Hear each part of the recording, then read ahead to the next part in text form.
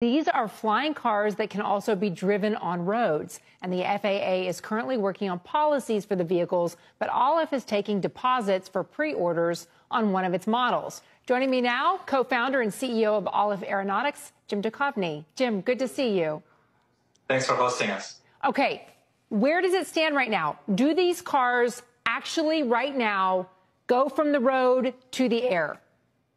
That's correct. You can drive on the road and then vertically take off and fly forward. That being said, they are, as you correctly pointed out, in a test environment. So we're still working through the with jurisdictions to get it actually to you guys, but it may take some time. What does the FAA certification mean that you can now do?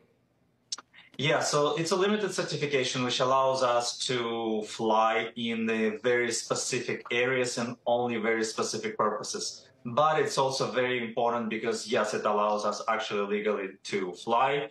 And as you can mention, the car is actually drivable, so you can drive it. Okay, so for the testing purposes, you're not actually going to be out driving this car on the highways that I'm driving on, will you?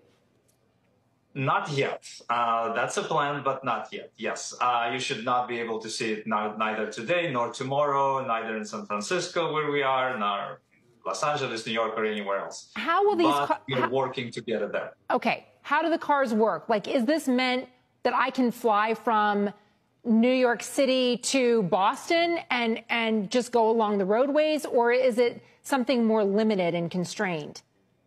Correct. So as of right now, the maximum length is projected to be 110 miles. So this is meant to be a commute car. This is meant to enhance and replace your commute car, which you usually use to go to work, your Honda, your Toyota, your Tesla, or anything else.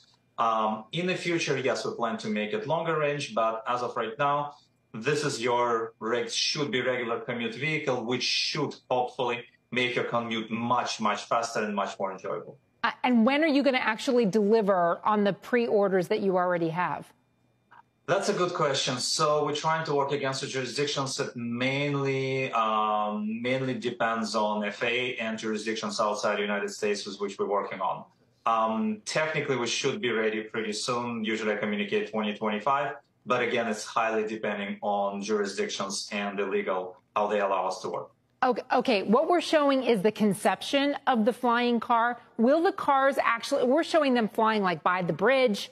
Will they fly that high, or is this the kind of case where you're driving on the road, you maybe go 20 feet in the air?